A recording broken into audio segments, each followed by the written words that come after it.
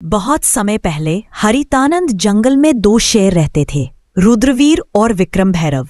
यह बस नाम के सगे थे। खून का रिश्ता था, लेकिन दिलों में जंग छिड़ी थी। एक तरफ था न्यायप्रिय, मेहनती और दूरदर्शी राजा रुद्रवीर, और दूसरी तरफ था लालच और अहंकार में डूबा विक्रम भैरव। सुन लो हरितानंद के सभी जीव जंतु, यह इलाका रुद्रवीर का है और यहाँ के नियम भी रुद्रवीर के होंगे। बरसों से यही रिवाज है कि मांसाहारी जीव शिकार करें तो केवल बूढ़े और अशक्त जानवरों का करें। कभी भी जवान और सक्षम जीव पर पंजा उठाने की भूल मत करना, वरना सजा ऐसी मिलेगी कि आने वाली पीढ़ियां भी याद रखेंगी। हमारा जंगल तभी फल फूल सकता है जब हर प्रजाति सुरक्षित हो। महाराज, मैं हूं मीनू चूहा। अगर मेरी बात सुनने की इजाजत दे तो मैं कुछ बोलूं। मीनू चूहा कहना क्या चाहते हो, खुलकर बताओ। महाराज, शाकाहारी जीवों की हालत दिन ब दिन खराब होती जा रही है। जंगल की जो जमीन अनाज उगाने लायक थी, उस पर तो आपके भाई विक्रम भैरव का कब्जा है। बाकी जमीन इतनी बंजर है कि चाहे कितनी मेहनत करें, पेट भरने लायक अनाज नहीं मिलता।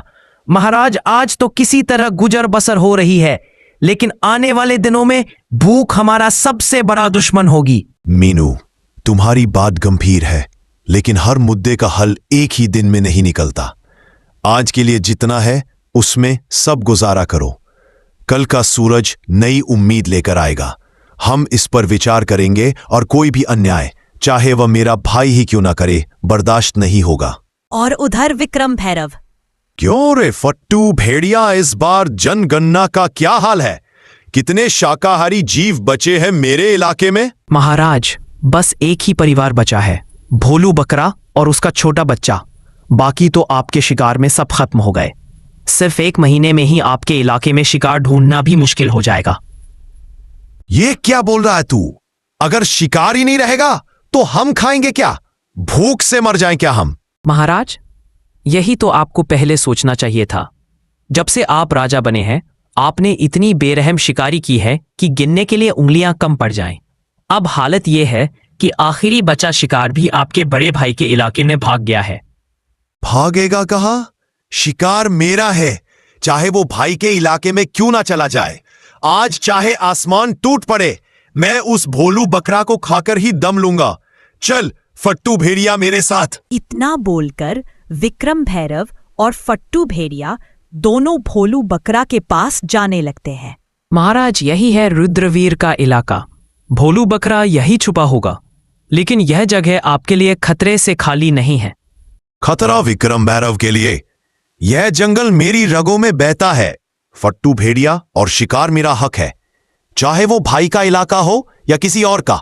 आज भोलू बकरा का अंत पक्का है। अचानक झाड़ियों के पीछे से भोलू बकरा और उसका बच्चा दिखाई देते हैं, डर के मारे कांपते हुए। भागो मत, तुम्हारा वक्त आ गया है।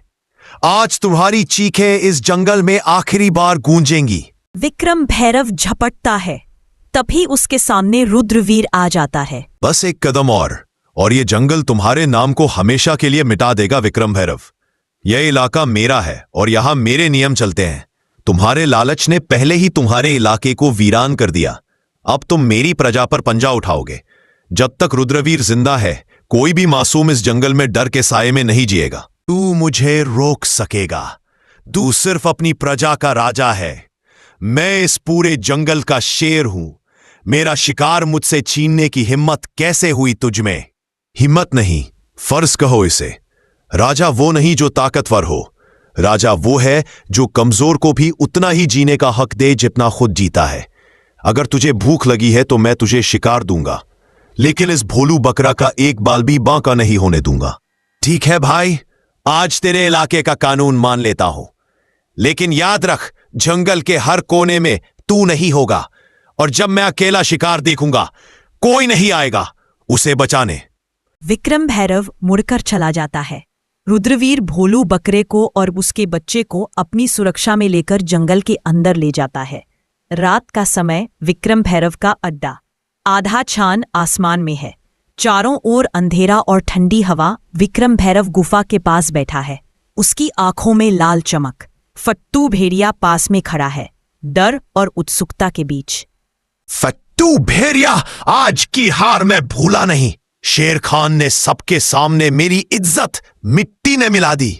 लेकिन जंगल में ताकतवर वही नहीं होता जो सीधे पंजा मार दे। ताकतवर वो होता है जो दुश्मन के किले को अंदर से गिरा दे। महाराज, आपका क्या मतलब है?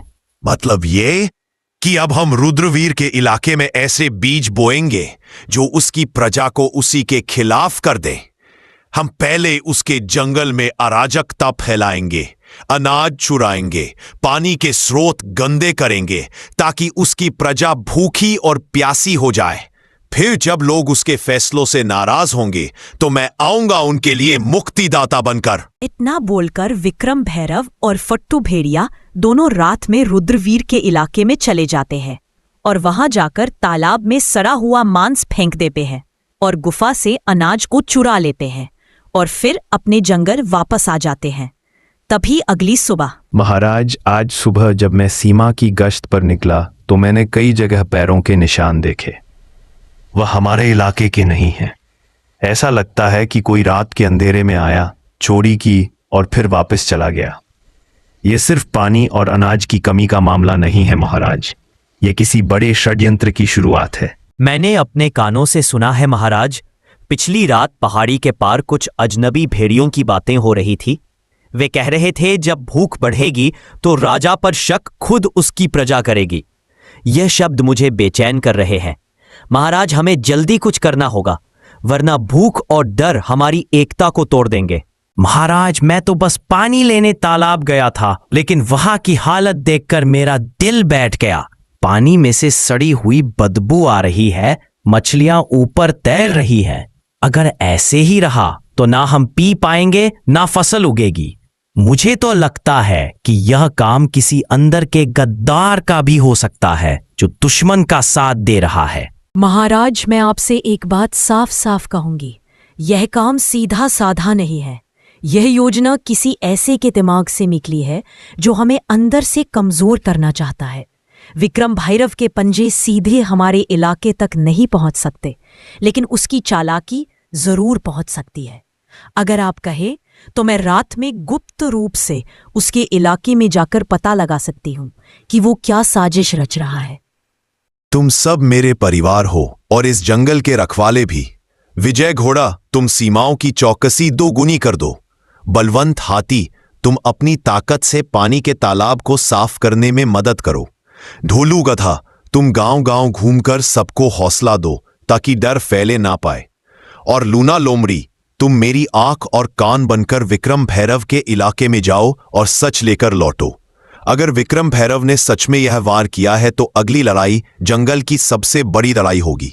सन्नाटे में लूना लोमड़ी रुद्रवीर के आदेश पर विक्रम भैरव के इलाके की ओर बढ़ रही थी। उसके हल्के हल्के कदम सूखी पत्तियों को भी आवाज नहीं करने देते थे। आज उसका हर सांस, हर नजर मौत के साए में थी। मुझे सावधान रहना होगा।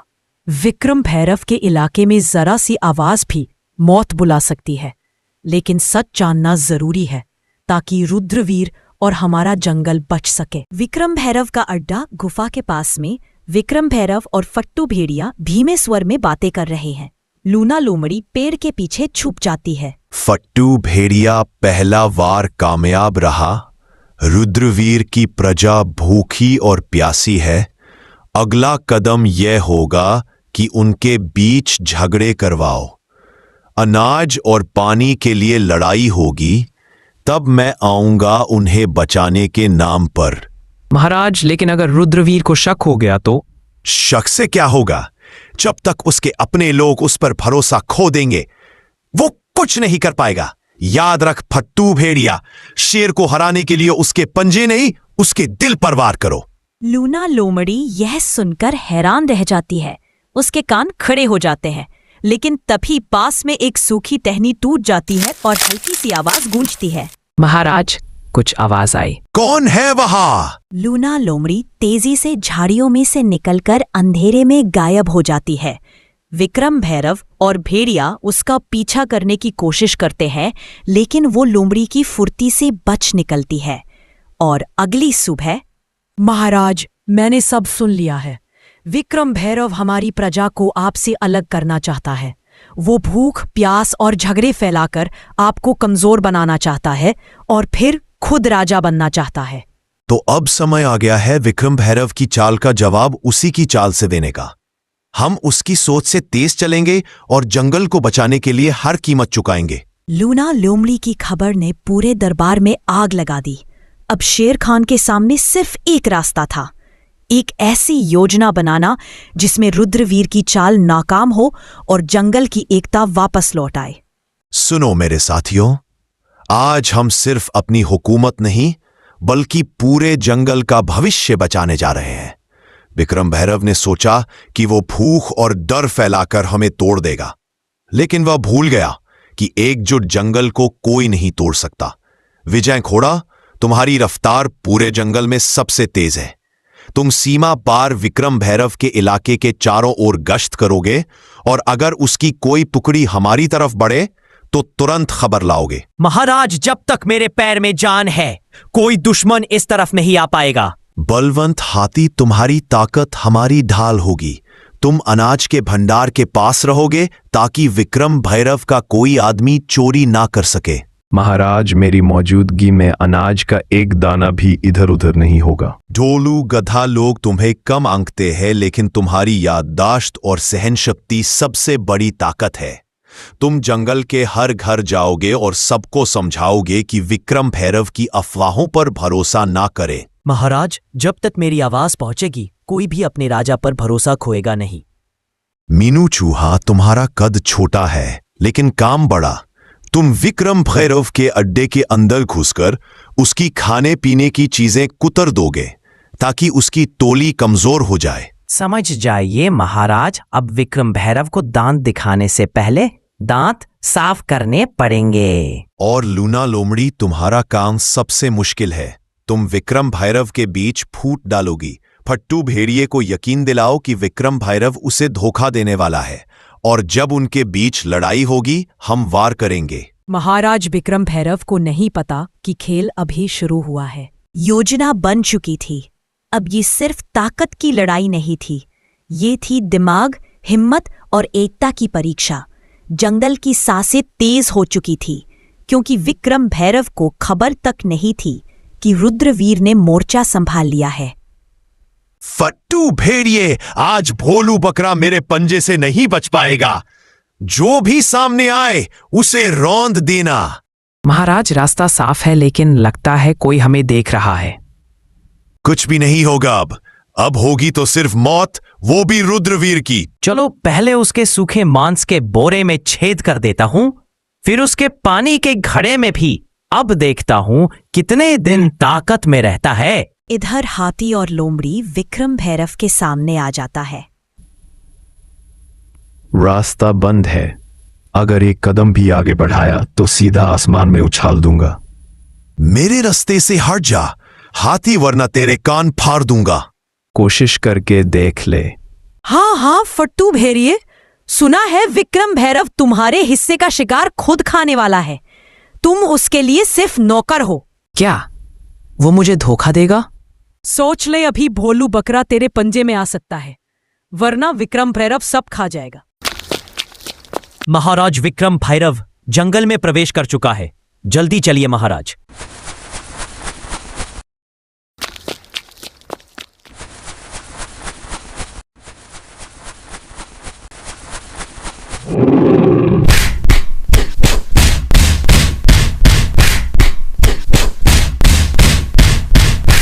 जंगल का कानून भूल गया था।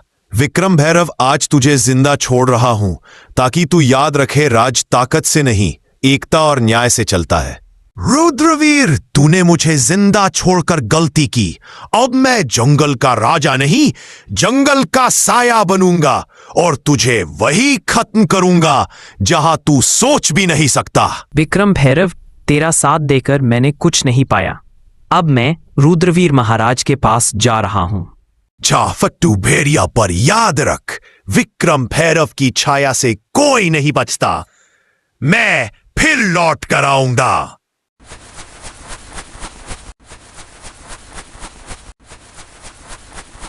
इस जंगल में कोई भी राजा नहीं है, राजा सिर्फ न्याय है, और न्याय कहता है जो प्रकृति से विश्वासघात करे उसकी जगह यहां नहीं। तो दोस्तों, इस तरह रुद्रवीर विक्रम भैरव को एक और जिंदगी जीने का मौका देता है और फिर हरितानंद जंगल फिर से शांत हो गया। लूना लोमड़ी, विजय घोड़ा और बलवंत हाथी सब अपने अपने काम में लग गए।